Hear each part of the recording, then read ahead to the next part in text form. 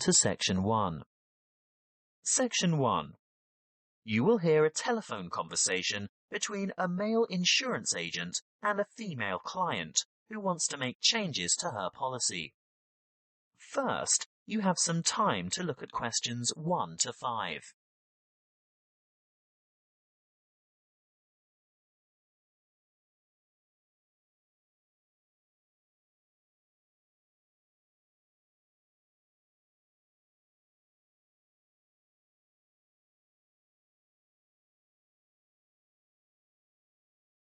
You will see that there is an example that has been done for you. On this occasion only, the conversation relating to this will be played first. Good morning. Tauber Insurance Company. How can I help you? Good morning. I want to alter my insurance policy. Is that for your house, contents, or vehicle? My vehicle. The woman wants to change the insurance policy on her vehicle, so vehicle has been written in the space. Now we shall begin. You should answer the questions as you listen, because you will not hear the recording a second time. Listen carefully and answer questions 1 to 5. Good morning. Tauber Insurance Company. How can I help you? Good morning. I want to alter my insurance policy. Is that for your house, contents, or vehicle? My vehicle. Can you give me the number of the policy, please? Certainly. I have it here in front of me. It's ZQW 5009. And what make and model of car is it? It's a Mazda Marvel. And what's the CC rating? Sorry, what do you mean? How big is the engine? Is it 1,500 or 1,800 cc, for example? Oh, that. It's actually much bigger than that. It's 2,500 cc. Thank you. Now, I just have to ask you a few questions to verify your identity. What name is the policy under? Heathcote. Let me just bring that up on the computer. Yes. Can I just confirm your first name, please? Well, my first name is Lisa, but I'm known by my middle name, Marie. Right. I see both here, but Lisa is the one I want for ID purposes. And your date of birth, Lisa? I mean, Marie. The 22nd of August, 1955. Correct. Just one more question before we get started. Can you remember the password on this policy? Oh dear, I didn't know I had a password on it. Everyone has a password. Would you like to take a guess? Possibly it's my mother's name. And what would that be? Sophia. Sorry, guess again. All right. Oh, I remember now. It's my grandfather's name, Jack. Yes, followed by some numbers. 1897, right? Correct. Now we can get down to business. What exactly do you want to change? Well, a couple of things. Firstly, I think it's overvalued at the moment. Can we reduce the value by $5,000? You mean bring it down to $15,000? Yes, I'm sure it's lost quite a bit of value over the past year. Done. Now, what's the other thing? Before you hear the rest of the talk, you have some time to look at questions 6 to 10.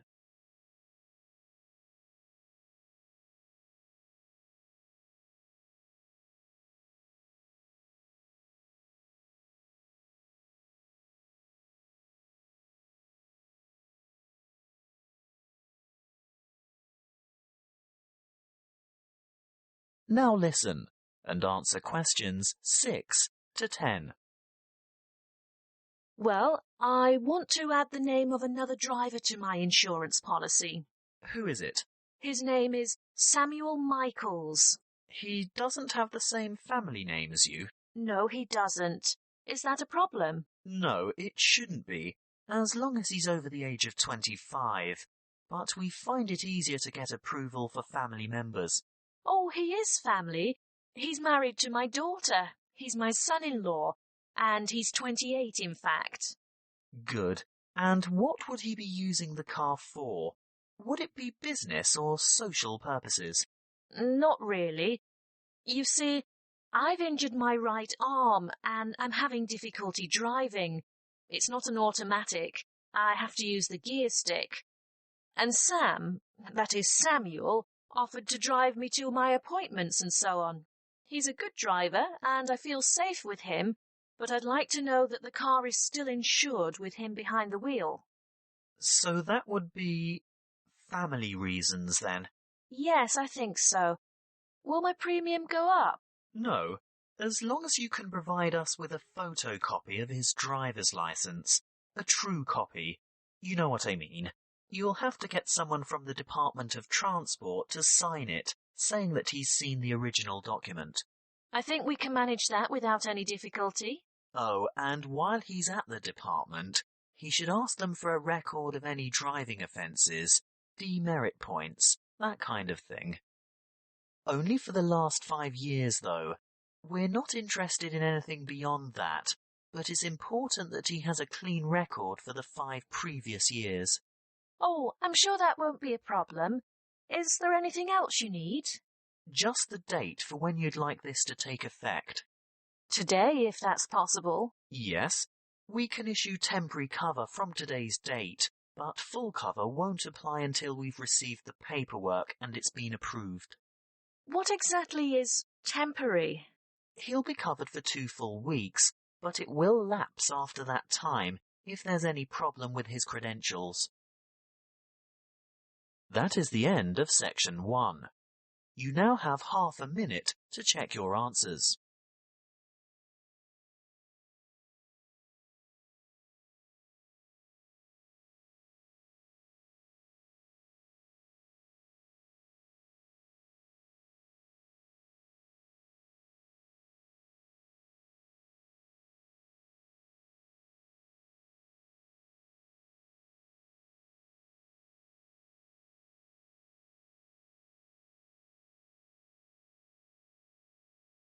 Now turn to section 2. Section 2.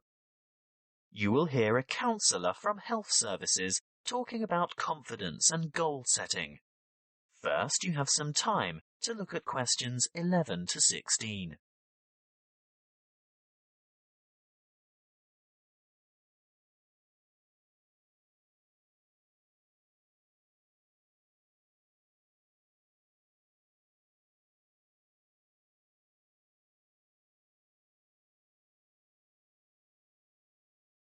Listen carefully and answer questions 11 to 16.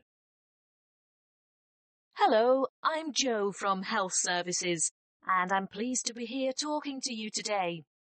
You've come here today to learn more about gaining confidence and setting goals. How many of you are truly positive thinkers? Positive thinking is the key to confidence. It doesn't matter whether you are playing a sports match, facing an interview, or preparing for an exam. If you apply positive thinking, you will gain confidence. This is the secret. Positive thought patterns. Positivity leads to confidence, which, in turn, will optimize your performance.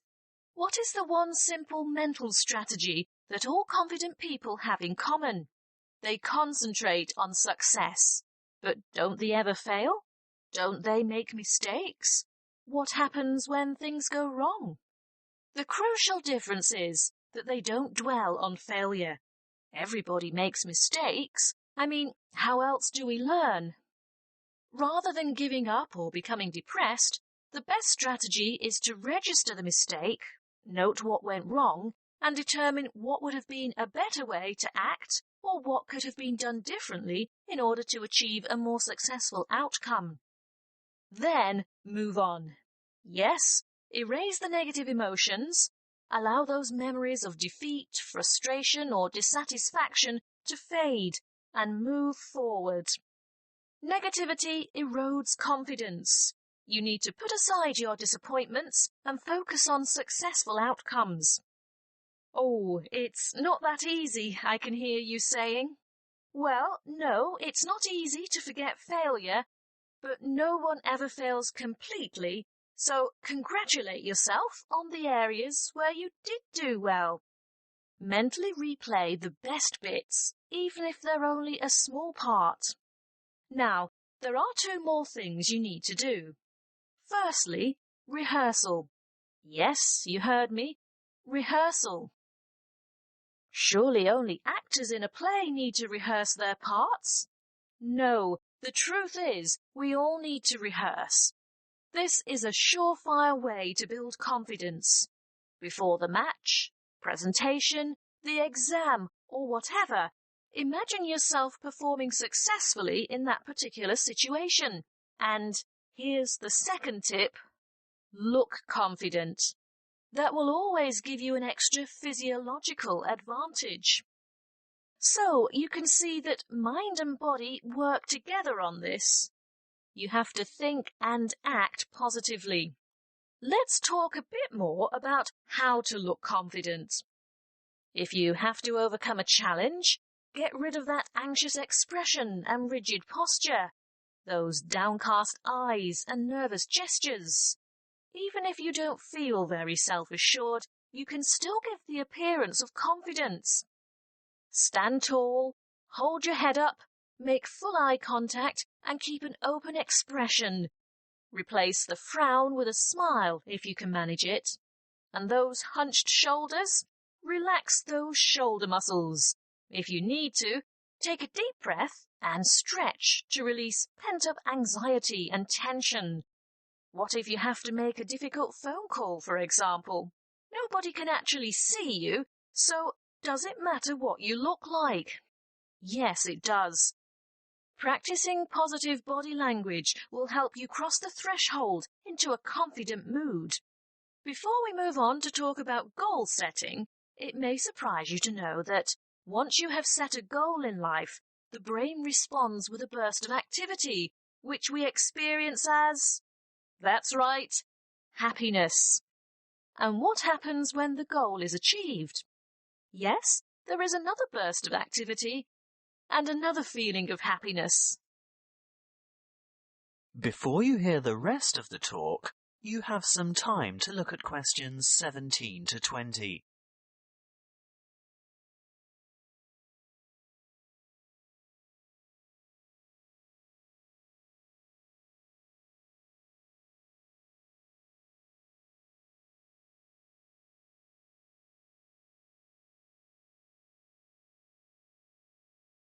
Now listen and answer questions 17 to 20.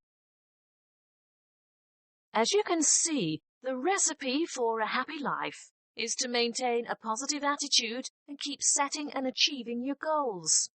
So, whatever your goal, whatever it is that you're aiming for, a new job, losing weight, giving up smoking, graduation, you need an appropriate, and by appropriate I mean achievable goal. That's the first step. The next thing to consider is motivation. How do you get going? Well, it's more likely to motivate you if you think of the rewards of success rather than focus on failure or what you might lose. So, you need to establish your incentives. After that, you'll have to work out the various stages and phases that you'll need to go through along the way and prepare for each one of them. If you're not naturally motivated, keep the targets small and achievable. But it really is important to ensure you collect the resources to accomplish the various steps. If you have performed that particular task before, you may already have the resources, or at least know where to get them from. If not, ask someone who has already succeeded. When you have got this far, the next stage is obvious. Yes, you have to take the first step. That's not quite all there is to it, though. The final thing is to remember to keep track of what you've accomplished. In other words, be sure to maintain a progress log. That way you can look back at your previous small successes and watch your progress along the way to achieving your goal. That is the end of section 2. You now have half a minute to check your answers.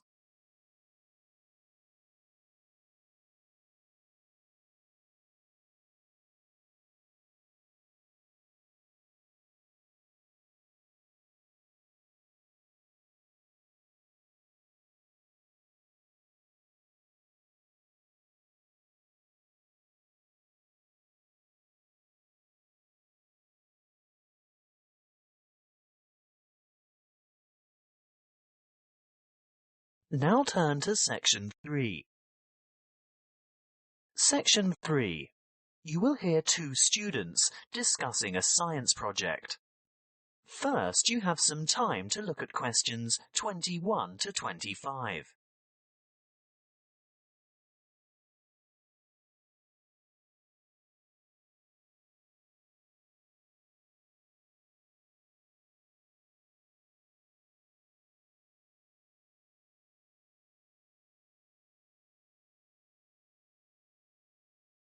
Listen carefully and answer questions 21 to 25. Hi, Julia. Hi, Bob. Thought about the science project yet? Which one? The presentations are scheduled for next month.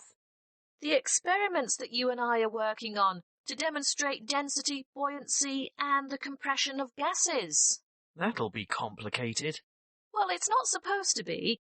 It'll be part of the Making Science Simple series that's being showcased next year, and we have to be ready to demonstrate by the end of next week. Oh, well, simple, you say? Yes, not just the concept, but the materials too. We have to use cheap, readily available common items. Expensive lab equipment is out of the question. I remember something about using recycled or throwaway items if possible. Anything portable that we can bring into the lab. That's right. Well, any ideas for the project? What about the classic Cartesian diver? Is that the same as a Cartesian devil? The invention named after the famous French physicist René Descartes. Yes, a long time ago, superstitious people labelled it that because they couldn't comprehend the scientific principles it demonstrated. They thought it was black magic. How shall we do it? By keeping it as simple, transparent and economical as possible. So, to start with... Open your pencil case and let's have a look. You haven't got any... Any what? Paper clips. Oh, there are lots of them in the bottom of my bag. They slip off my papers and collect in the bottom. Look, here's half a dozen. But they're all big metal ones. I want little ones. Small, vinyl-covered multicoloured ones. Oh, I've got one or two of them too. Great, and if we look around, especially on the floor, we're bound to find a few more. See? Here. What else do we need? A small rubber band. Well, I've got one of those in my pocket. No, not that kind. Let's go and ask Tara. Why? Those really small coloured bands for making ponytails are ideal. Hey, Tara. Yes? Have you got any spare rubber bands, like the ones you fasten your hair with? Oh, heaps. A whole packet full. Help yourselves. Terrific. So far it hasn't cost us anything. What now? Let's go and rummage through the recycling bins beside Joe's mini market. What for? We want a 2-litre plastic soft drink bottle with lid. Hey, I draw the line at sorting through other people's rubbish, and we're also not likely to find one with a lid. Well, go into the store and buy 2 litres of soft drink. What flavour? It doesn't matter what kind of drink you get. Just make sure it comes in a clear PET bottle. Where are you going? To the cafeteria behind the resource centre. What for? I'm after some straws. I can get them from the shop when I buy the drink. No, I've seen theirs. They're the waxed paper ones. We need clear plastic, and I know they've got them in the cafeteria. I'll also see if I can get a tall plastic cup from there. Good luck. Meet you back here in 5 minutes. Maybe longer because I want to go over to my locker and get a wire coat hanger. Before you hear the rest of the conversation, you have some time to look at questions 26 to 30.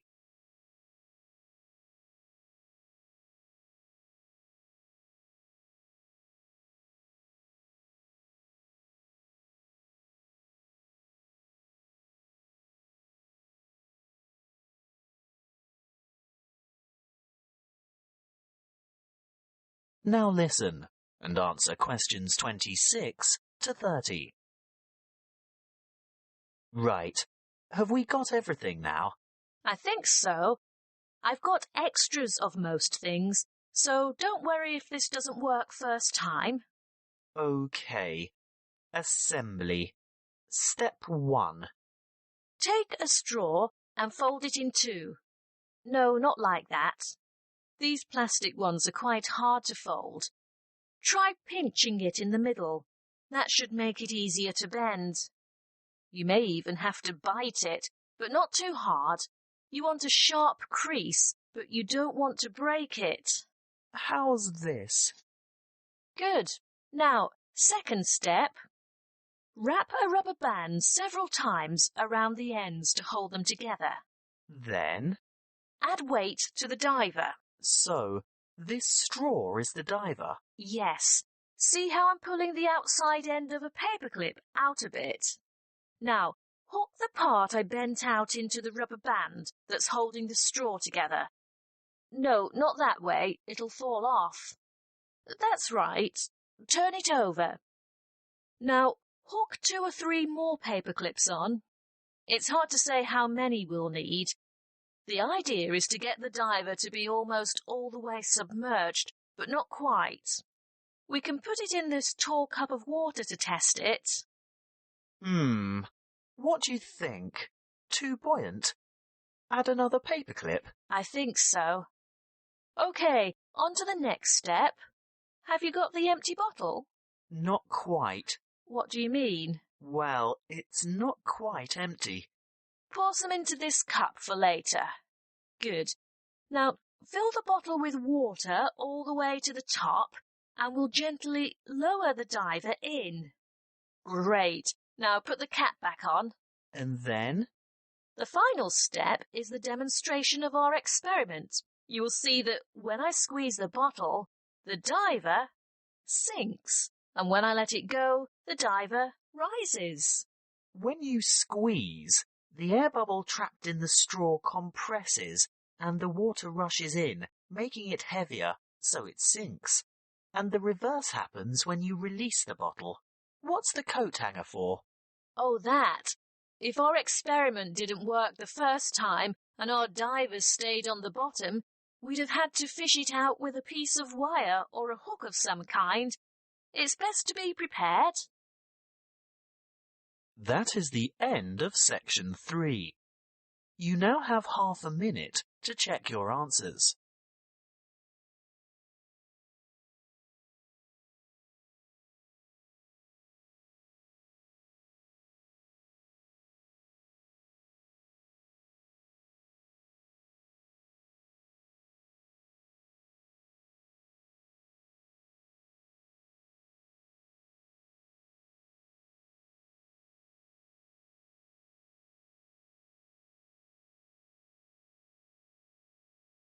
Now turn to section 4.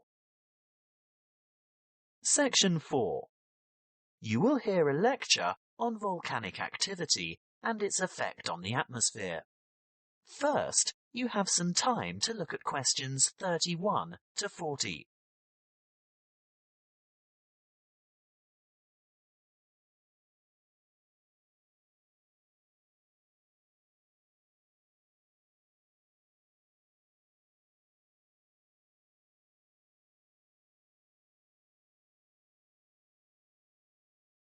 Listen carefully and answer questions 31 to 40. Good morning, everyone. In these environmental science lectures, I guess you're all used to hearing about global warming. Well, I'm here today to talk to you about one particular volcano and its effect of global cooling.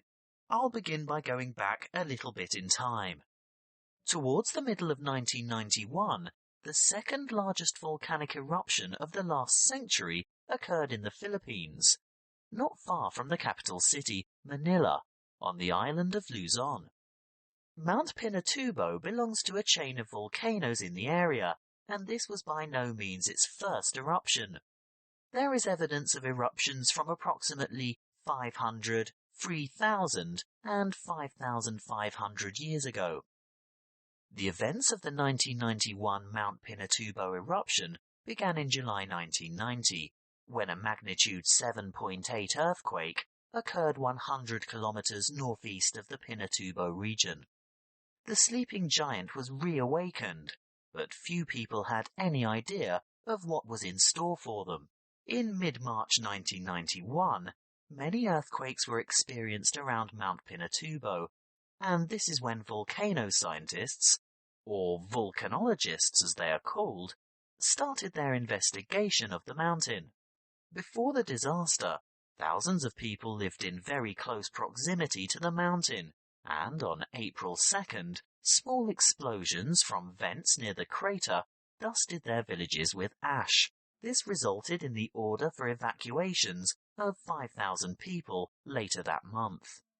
Earthquakes and explosions continued to harass the residents, and on June 5th, a Level 3 alert was issued for 2 weeks because of the possibility of a major eruption. However, the appearance of a large amount of lava protruding from the mountain on July 7th led to the announcement of a Level 5 alert on June 9th, indicating an eruption in progress.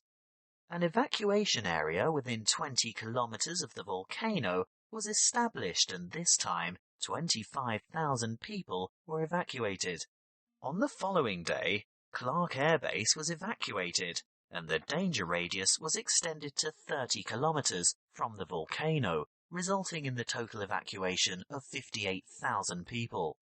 On June 15th, just after midday, the eruption of Mount Pinatubo commenced and lasted for 9 hours, causing numerous major earthquakes due to the collapse of the land at the top of the mountain and the creation of a huge caldera. What's a caldera, I hear you say? Well, it's obvious really. With a huge eruption such as this, where enormous amounts of material have exploded into the air, the summit falls into what is now an empty chamber, and thus forms a large crater. As luck would have it, as the eruption was taking place, a tropical storm was passing just to the northeast of Mount Pinatubo, bringing a lot of rainfall to the area. The dust and cinders that had been thrown up into the atmosphere combined with the water vapor from the storm to cause a rainfall of tephra that fell across the whole island of Luzon. Most of the people who perished during the eruption did so because of the weight of the ash collapsing roofs and killing the occupants of the houses. If it hadn't been for that passing storm, the death toll would certainly have been much lower. But that's not all. Besides the ash, Mount Pinatubo expelled between 15 and 30 million tons of sulfur dioxide gas. Can you guess what happened next? Yes, the sulfur dioxide mixed with water and oxygen in the atmosphere to become sulfuric acid, which is a major contributor to ozone reduction. The eruption plume from Mount Pinatubo reached high into the atmosphere, attaining an altitude of 34 kilometers, and the resulting aerosol cloud spread around the Earth in 2 weeks and had covered the planet within a year. During the years 1992 and 1993, the ozone hole situated over Antarctica reached an unprecedented size. The cooling effects of this cloud over the Earth were remarkable. It reduced global temperatures considerably. In the United States, for example, we experienced our 3rd coldest and 3rd wettest summer in 77 years during 1992. That is the end of section 4. You now have half a minute to check your answers.